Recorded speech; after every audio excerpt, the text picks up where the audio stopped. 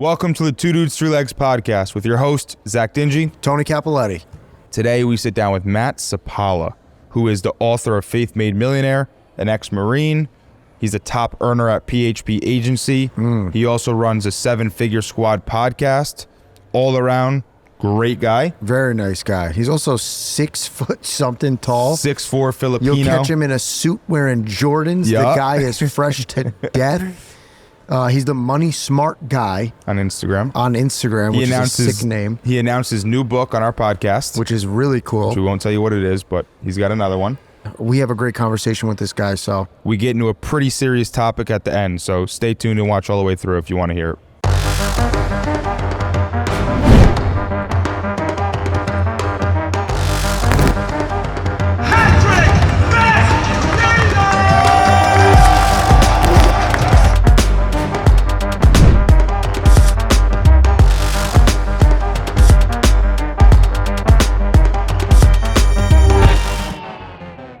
We got Matt Sapaula on.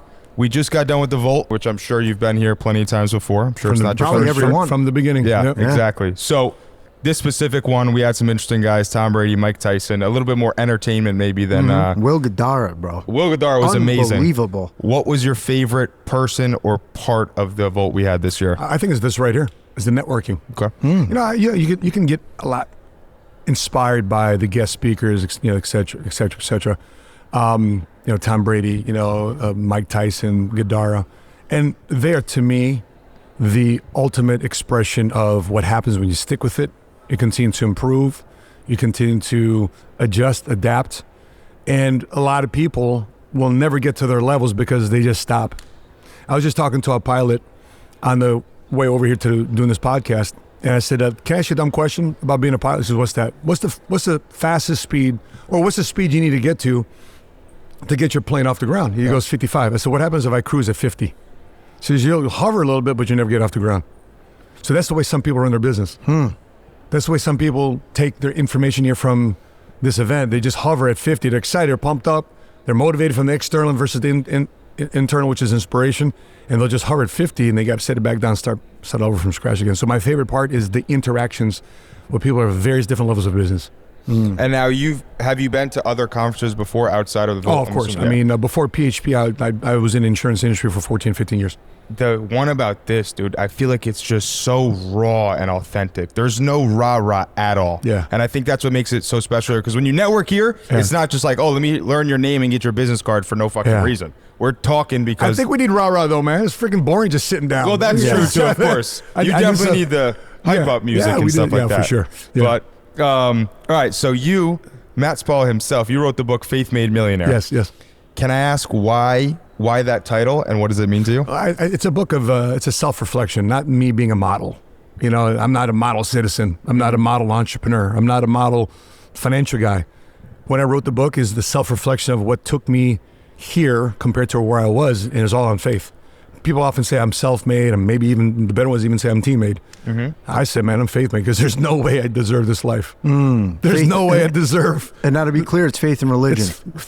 Correct, not religion. It's a straight relationship with God. Jesus didn't come here to establish religion. He came here to establish a relationship with God. And so you're right. I appreciate you saying that, because religion is corruptive. Religion controls. Religion has caused unnecessary wars and conflicts. Jesus came here to establish a relationship. And when I'm thinking about the different divisions of religion, and I'm going to take over your territory, I'm going to take over your sphere. You're going to worship my God. No, you're going to worship my God. Religion is what kills people, but faith is what builds people. It's like government versus order. Yeah, right, sure, exactly. We need order, but we necessarily don't need a tyrannical government. Exactly. So when we're looking at faith what made me. And so I put my best biblical scriptures in there of things that overcame a lot of my objections about money, about religion, about just growing up.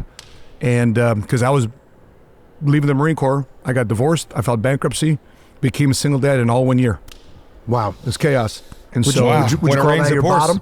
Was that? Would you call that your bottom? No, that wasn't my bottom, because I repeated the same mistake twice. Yeah, you think I learned, right? Like, damn. Right? Damn. And so I got a girlfriend pregnant. The benefit is I didn't marry her. So, but I went through child support court. So both scenarios, that was, okay, Lord, what am I doing wrong here? Let me not repeat the same mistake, right? And get that pattern established. Because the third time you do it, now you're an idiot. Yeah. So give us, you're talking about that. Let's go back for 2 minutes to talk about that part. So now you're obviously very successful, and I've read the book and I know a lot about you. I appreciate that, man. Go back to where you were at that time and what it took to get in insurance and the leaders in your life and everything that happened for those little, I don't know, 5 years, 10 years, whatever it was. So I go through that process. I'm going through my own dealing with alcohol, dealing with PTSD, just anger with my life, 2-3 years of that. Even in the military, even in the Marine Corps. I'm so thankful that an entrepreneur had the courage to strike up a conversation with me about entrepreneurship and money, of all places. And the place that what I'm talking about is the bathroom of a Best Buy. Like, bro, for example, if we didn't know each other and we go to the bathroom, we're not part of the same conference, we're not part of the same ethnic background, you're a straight up strange dude. Do you, as a man, talk to another strange dude in the bathroom? Yes or no? Probably never in my life. Exactly. I don't think it's a normal thing, but I'm a little fucking weird. I talk to anybody You do anywhere. that shit, yeah. He's the guy for that, not me. I wouldn't do that. I'm with you. The 3-leg guy. Yeah. Me, I would never talk to anybody in the bathroom. Yeah. No, we flip this. Ladies do that all the time. Yeah. Men, not so much. And Definitely so he asked me a question. He goes, hey, Marine. Says, do you like money? Because he showed me his. He didn't show me what you think I was trying to show. He showed me his planner, and a planner he had the Marine Corps Eagle, Globe, and Anchor, which showed that you don't carry that around unless you're United States Marine. And he goes, hey, Marine, you like money? I'm like, sure. She's like, a lot of money? I said, absolutely. And I said, well, do you know how to make money work for you? Do you know how to win the money game? I said, sure, I have a job. I'm with the Marine Corps. She said, no, man, anybody can get a job. I bet you're not even happy. So yeah, I'm making 20 grand a year, but I like a lot of money. And so at that point, he just established a conversation with me and ultimately recruited me into the insurance industry. Was this Pat? It wasn't. Oh, I was going to say, yeah. Pat So was... this was a retired master sergeant. So the first 14 years of my career, 12, 14 years of my career, was just being a salesperson, just being a rep. Annuities, life insurance. I was good at it. I made $350,000 a year, but I paid myself into a corner. Because if I didn't sell, I'm broke. Like I'm 100% of my company. So when I did meet Pat, it was through the exchange with Pastor Dudley Rutherford, because my sister asked me to come visit her in LA. She was working for Pastor Dudley Rutherford, and I got to talk to Pastor Dudley Rutherford there in West LA. He goes, you remind me of somebody. He says, you need to meet the Iranian version of you. Oh, man. You guys are fucking freakishly similar. Yeah, it's true. It's like 6'4", same mannerisms. Yep. You look kind of like everything. Yeah. So, yeah. And then he tells Pat, you need me in the Filipino version of you. And so he did reach out to me in 09, Okay. but I'm a 6-year follow-up. Because Wow. we didn't really connect until December 2014. Oh, Wow. Jesus. Yeah.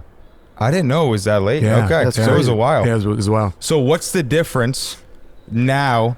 Well, okay, so you had a lot of time in insurance before you met Pat. Sure. What's the difference when it was a startup and you were just maybe not just getting into it. I guess 2014, it wasn't 5 really a years. startup anymore. 4, 5, 6 years, yeah. Well, I was going to ask, what was the difference when it was a startup, the day-to-day for you, when Yeah. the company was a lot smaller, Okay. compared to now where, he just sold out and the company's a massive, massive operation? So Patrick comes out and does an audit in my office. I first come on board to the company.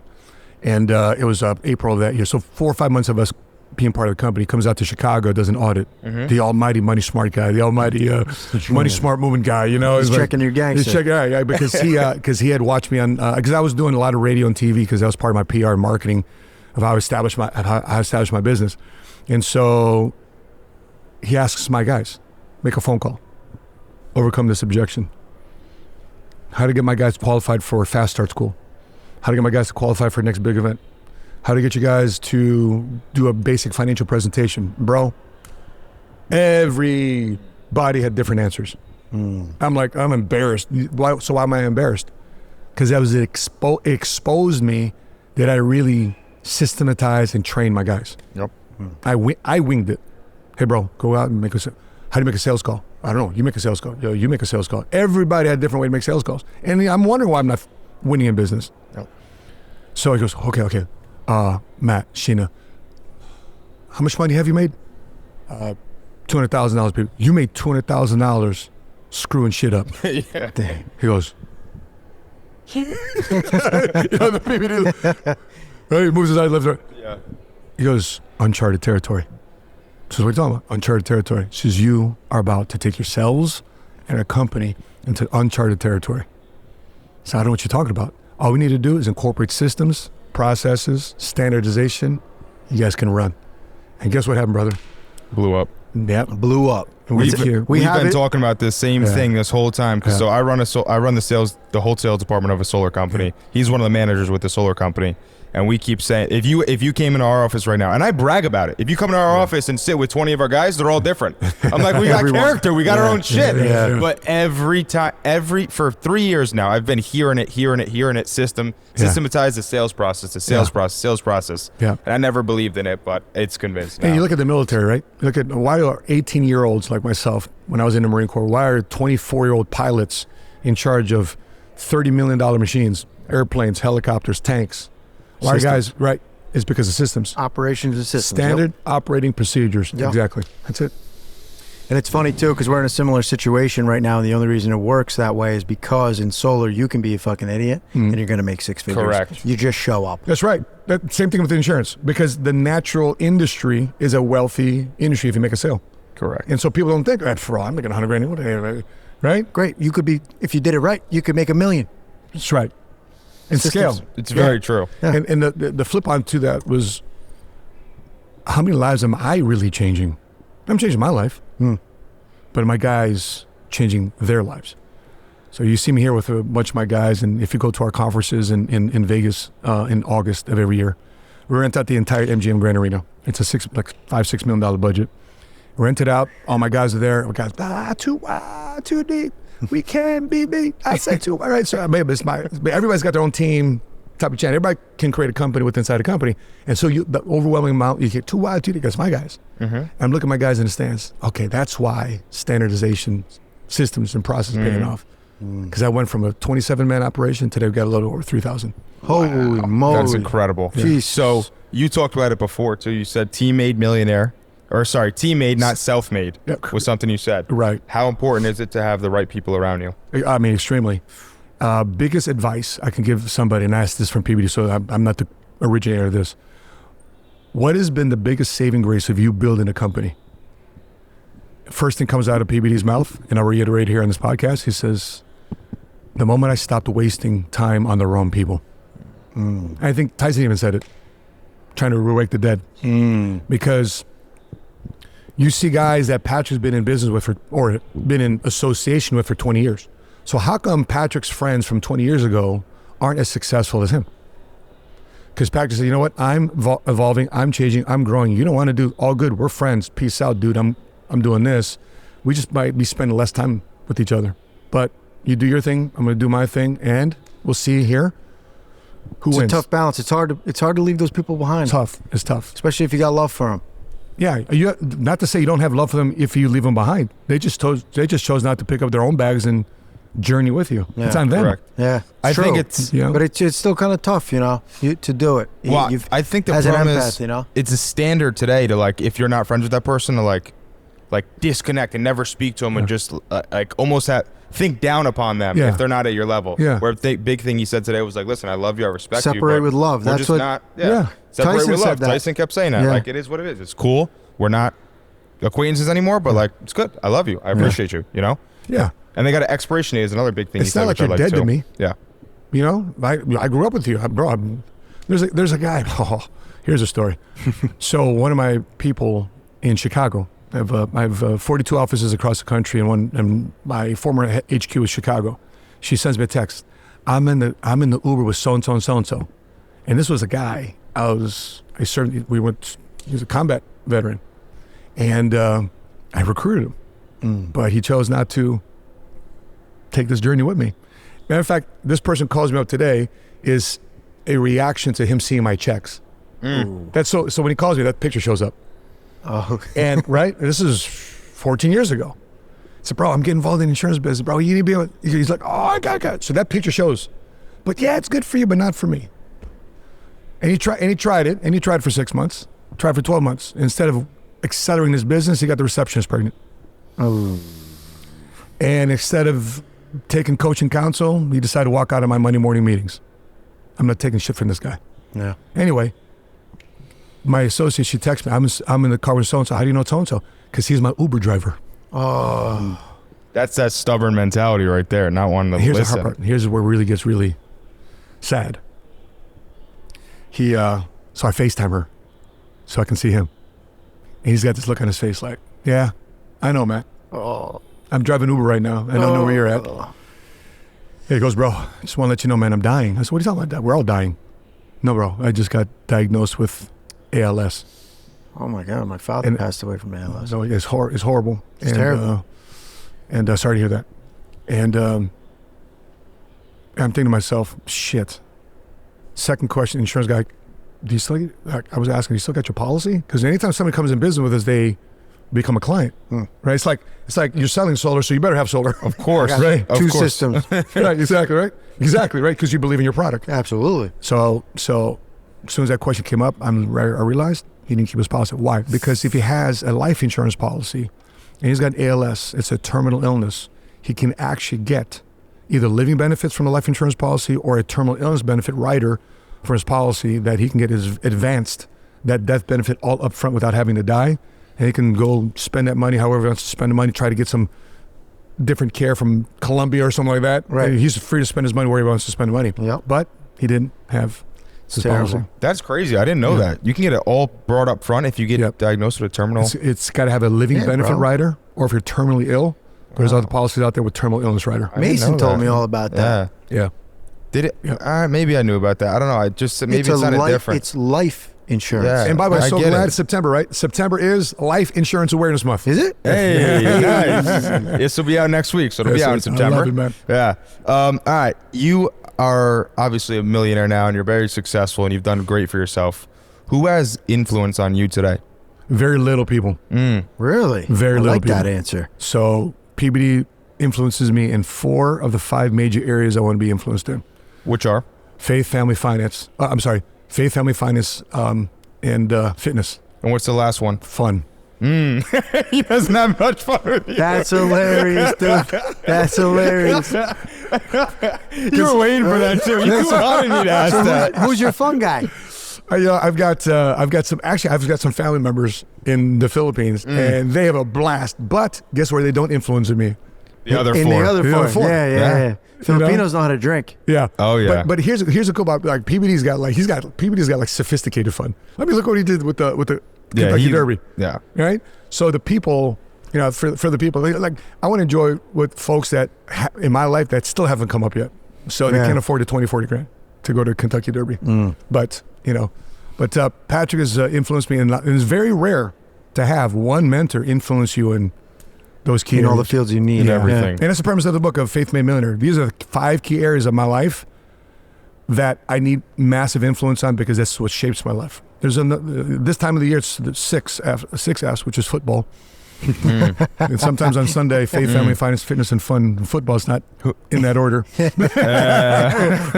Go Bears. You're a Bears fan? That's right. You're from Chicago. Chicago Bears fan. Yeah, I'm Okay. a Giants fan. Do you know how good it felt to hear Tom Brady shout out the Tyree catch?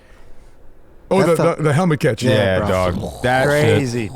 That's still one of the most legendary plays ever in football history. Insane. That's nuts. Let me ask The you, whole history. He was a around little it. different than I thought he was going to be. Tom Brady? I actually, for some reason, with somebody who's so well accomplished, I assumed he was going to be an asshole.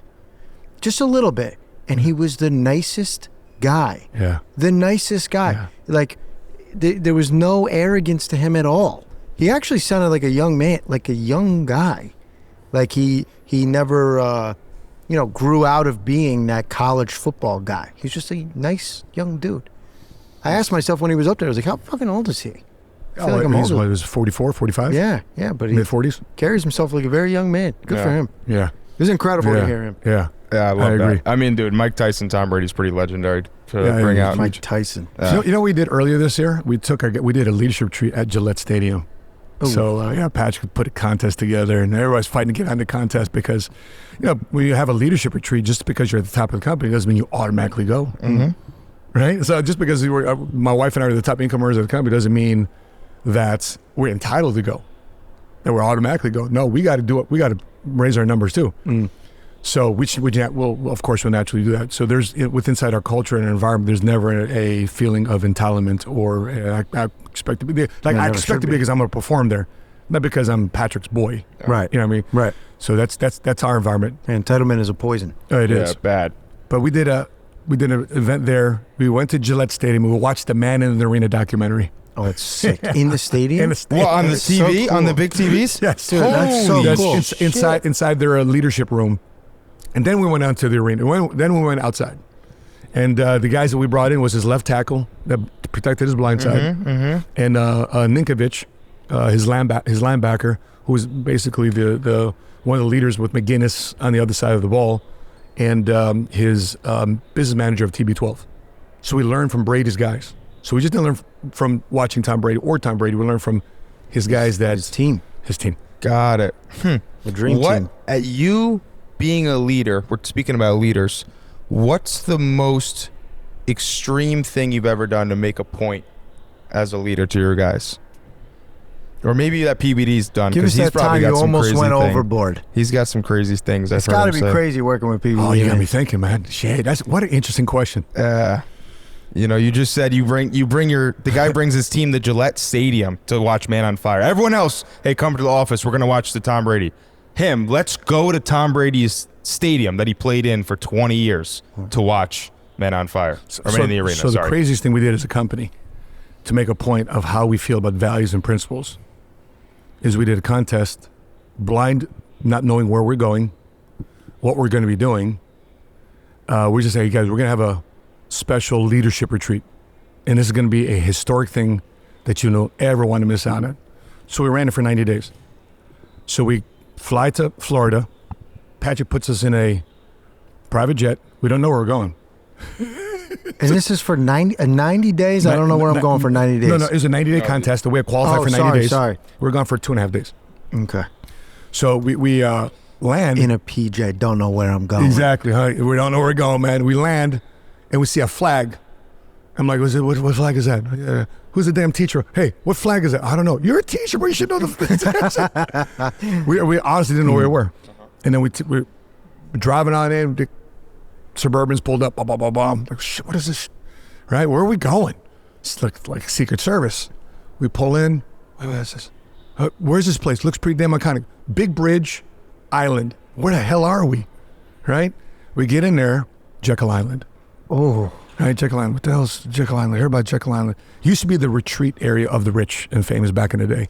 So we go into Jekyll Island.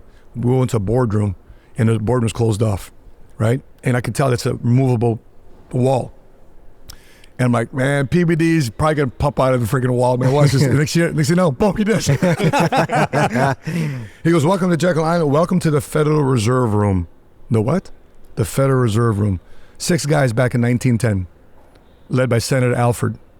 2 guys on a secret trip from New York on the train to Florida. Paparazzi was looking out for who's going to get on this train. They snuck to get down there. And what was established in that room was a paperwork and documentation to creating the Federal Reserve System.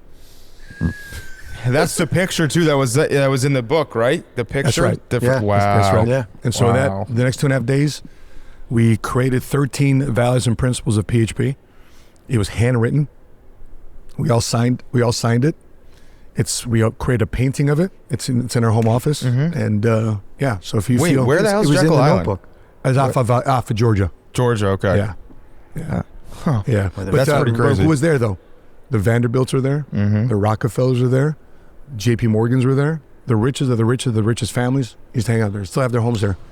And so you think about this community, thinking about the best of the best, the rich of the rich. The way America today is created from what they did in 1910. Because what happened in 1913?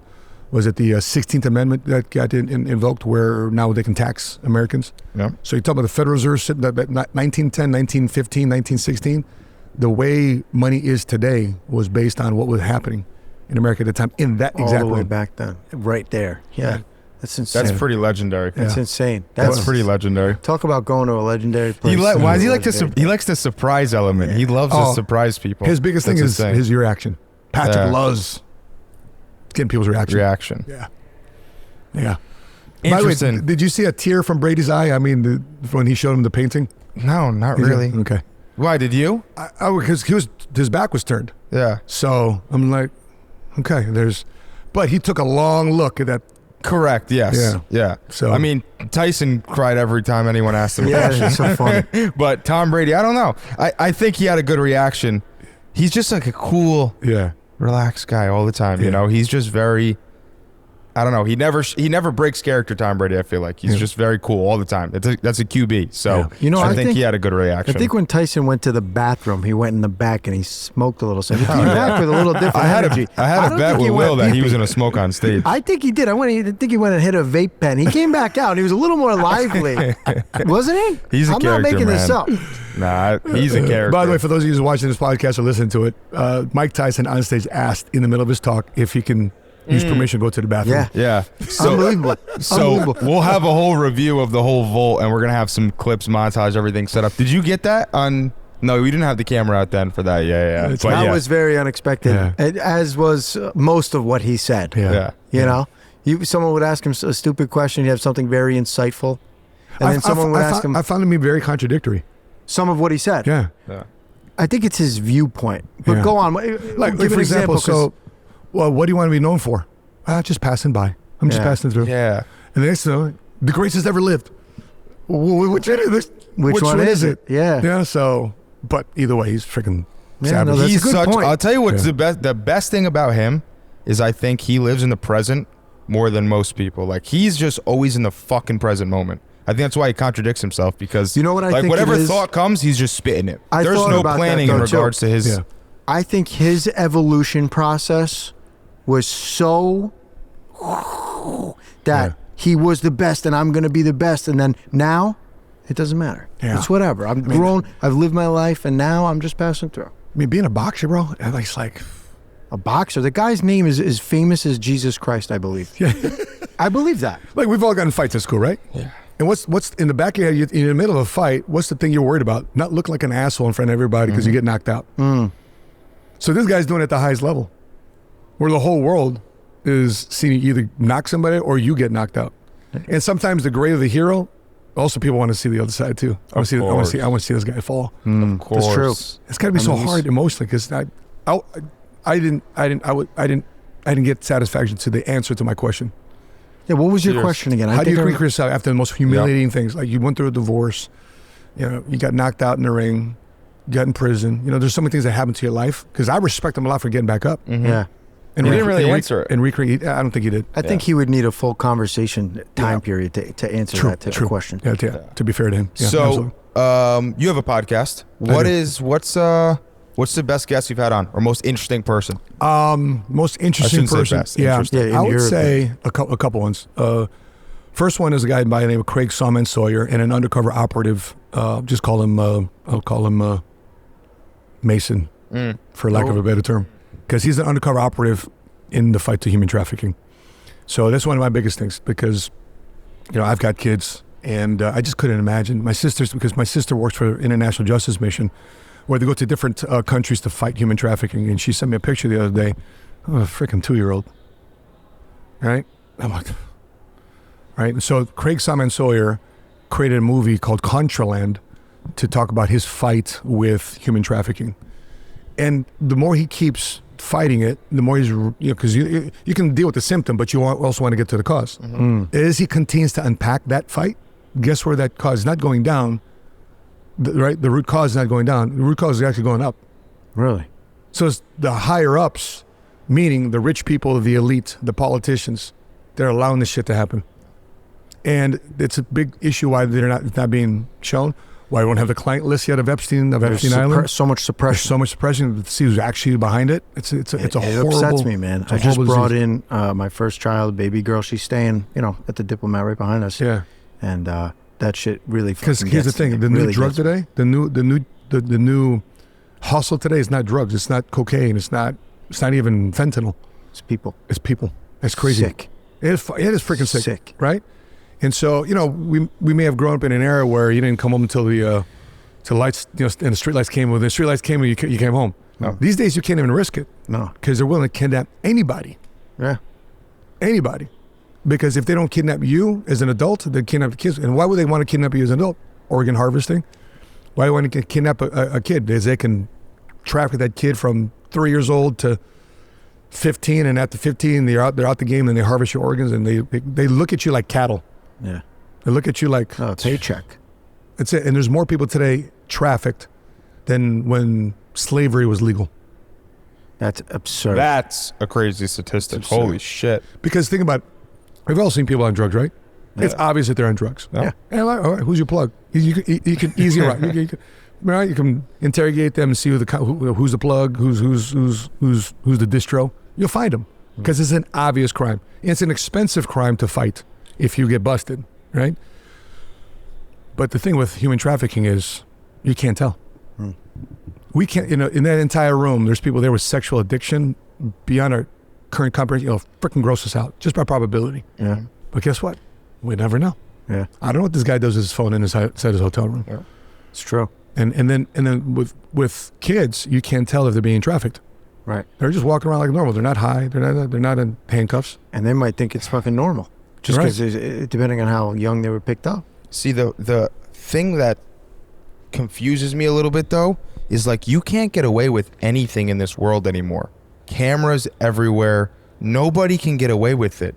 How do they operate at such a it's disgusting to say, but a success rate in their with way the help of doing it of the like, high powers. Yep. Suppression. Yep. And I guess it's fair. Because how do you get drugs into America? You got to get it trafficked in here, right? That's expensive. Might be the CIA. I don't know. Yeah. Sure. But how do you get human trafficked here? Open the border. Oh, wow. You just made a sick point there. Bro, I mean, there's about 80,000 people kids that have crossed the border, documented, and then just disappeared. Yeah. They don't know where that. That's insane. You watched The Sound of Freedom? Did you see it? 100%. Yeah. I didn't watch it because for fear of the anger it would cause in me with having a child as young as I do right now. Yeah. I think you just need to do it to be aware of what it looks like. Because that's what, just there's no weird scenes. Yeah. So I had my 13-year-old son watch it. I watched it with my older kids. So now you know why Poppy never let you alone. Yeah. Oh, I get it now. Yeah. That's why. But that'd be, to answer your question, that'd be one. We're talking about human trafficking, child trafficking, which is a crazy topic. So get on a little more light. You have kids now, obviously. Mm-hmm. You've had Two kids. kids. 2 or 3? I have 5. What? Holy shit. Where did the other 3 just come from? Yeah. So remember, I was a single dad. He's Remember populating, bro. He's repopulating. So remember when I was a single dad, those kids now, my oldest is now 28. This weekend, I'll be a granddad. God bless. Yeah. Congratulations. Man. They're inseminating her on Sunday. Was it called inseminate? I'm sorry. The insemination has already happened. I hope that's why I'm not a medical guy. I'm an insurance guy. Shit, I should know the word. I They just went forced to the this. pregnancy. All right. So I can't think of the word, but I know forced labor. Bunch of dudes out by this podcast. So you have kids now, and what is inducing it? labor. We talked. Had to say it. Inducing labor. There you go. labor. There you go. It started with an I. You had the I. That's correct. You had the I. That's right. That's correct. He's impregnable. I'll be inseminating later. Spinal. All right. So Really good. your father. You have kids now. PB talks about this a lot, and I'm a big believer in this as well, or a proponent, I guess I should say, of it is fatherless homes and how big of an effect that impact has in America, in the world in general. What has it been like to have kids, and how important is it to be a father to your kids and in the world? I mean, I was a single father with custody of the kids. Yeah. So I'm part of that stat says if the best way to raise a kid is between 2 parents at home, the nuclear family.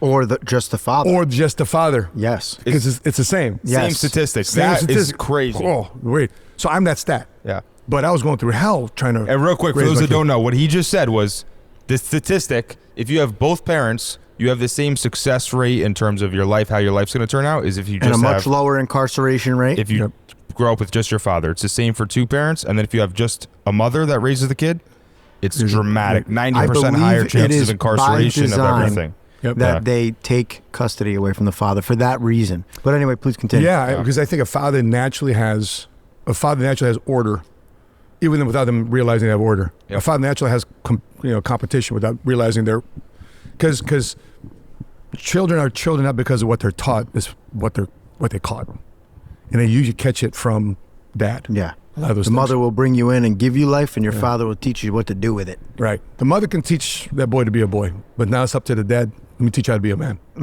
I like that better. Yeah. So Okay. you know, You win. and so a lot of guys, you know, the thing is, a lot of guys today are being feminized. You know, what's being promoted today? Dylan Mulvaney. It wasn't Rihanna. It was Sierra. Was it Sierra in front of the Vogue magazine? She's in front, and her husband's in the back. So she's standing in front, so she looks bigger. Mm-hmm. So he's in the back with the baby. Yeah. Right. Switch roles. But backwards. So so think about it. If a woman makes more money, how does the husband? Well, I'm, from an economic standpoint, cool, right? But does she try to treat him like a husband? Like she's a husband, Right. you know? So that's like I couldn't take that as a man. No shot. Yeah, zero chance. He goes, I'm calling the shots up in his house, up in here, right? Yeah. But I think a lot of men today are confused about what their role is. I go back to the Bible, back to the Faith Made Millionaire conversation, because that's my greatest reference manual, because that's 6,000 years of documented human history, good, bad, ugly, and how God sent his son, boom, Old Testament, New Testament, his son, to get us back to our relationship with God. Okay, so if I go back to Genesis, for all my Jewish brothers and sisters out there, let's go back to the Torah, right? Go back to Genesis, right? And then what happened when Adam bit the forbidden fruit, right? Now I realized I'm in sin, I realized I'm naked, all these different things, because she kept egging him on. She tried to get it because the serpent was saying, hey, you can have Adam's position, right? So she's confused. So as much as men are confused today, so are women. Yeah. I heard OnlyFans, the guy owner makes $1.4 billion. Oh, freaking OnlyFans. The hell? 1.4 right? billion. And so pornography, women, sexualization, the minimization of our daughters. And so when you're looking at and the minimization of men taking their leadership role, you back to the Genesis, when he bit that fruit, God's looking in the Garden of Eden. So God's God, right? Yep. Do you think he doesn't know where he's at? What's he saying? Adam, I'm paraphrasing, I'm just doing my own thing. Adam, where you at? Right? And then, I'm here, Lord. I'm here, God. Why did you bite the forbidden fruit? Notice who he came to hold into account. It wasn't Eve. It was who? It was the man. Adam. Because you're the leader. Yep. You're the man. Damn, I like that. That's a bar. I like that. That's the way I take it. Yeah. Yeah. You know, so at the end of the day, what did Mike Tyson say up there? He said, don't come to me as if I'm a victim, if I'm oppressed, because I'm not making money because I'm black. I'm making money because whatever case may be. The reason I'm not making money where I am today is because I didn't take ownership. Yeah. Damn. He was talking a lot about accountability. Yeah. Well, the victim mindset. Big. Anti-victim mindset, anti-blame mentality. Yeah. Which is the biggest voice today? What's the biggest voice today? The blame, tied to shame, because you don't really want to get in the game. Everybody else's fault. It's this guy's fault. It's that guy's fault. Always. Oh, well, I shouldn't say always, but yes, now. Majority of the time. Correct. Go ahead, Tone. Damn, I don't want to end it. All right. At the We've end been going of, for like 37. I So blew I just by. wanna- So it's the famous question we always ask every person we have on the podcast. At the end of the day, what is your message to everyone out there? Short as you can make it. Yeah. Listen, your life has purpose. The enemy likes to mess with everybody thinking that you don't. You have a message, and if you got a dream, and God gave you that dream, and you're trying to assess that dream or evaluate that dream with other people that didn't receive that dream, well, there's a reason why.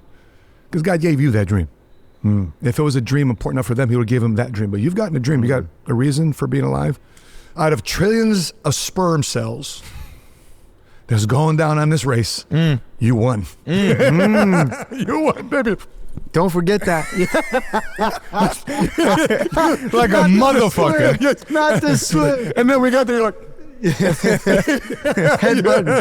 Headbutt. you Matt. won. You won. So Matt, don't discount that, man. dude, that was beautiful. Thank you so much. Thank you so much for sitting down and talking with us. Appreciate you guys, man. good to see you love again the this journey year. you've been through, man. The accident you went through, man. To see you not having this blame game. You're shot. you're firing away, The bro. best thing Respect that you ever guys. happened to me, believe it or Matt, not. thank you Respect again. for you guys. Last thing, where can people find you? If Money they want to Smart- get And the time? book. Yeah, Yeah. in the book, Money Smart Guy, just go to moneysmartguy.com. I'm Money Smart Guy on Insta, Twitter, everywhere. Oh, by the way, on the 19th, 9/19, I'm launching a new book called Gotcha, How to Navigate the 5 Major Killers of Your Financial Freedom. Oh, and this is nice. a Money Smart GPS. And how to, Oh, you heard it here, people. you're here. Money Smart Guy. By the way, I think this is my first podcast. I'm actually sharing Plugging it. that. Come on, Yeah. this is the first 2. You guys are the first 2. Nice. Look Let's at that. What's go. it? Gotcha, you said? Gotchabook.com. Gotcha. Gotchabook.com. Yeah. You own the domain too? MoneySmartGuy.com? I do. Oh, that's He's got incredible. All he talks about is how fucking did he sick. get that handle Bro, on I swear Instagram? to God, it's Crazy. fucking That's handle ever. I got to underscore my own fucking name. I can't even get my own fucking name. I'm too old or I'm too young. I didn't get into Instagram. Yeah. Too late. Whatever. Anyway, that's a wrap. Thank you. Appreciate it.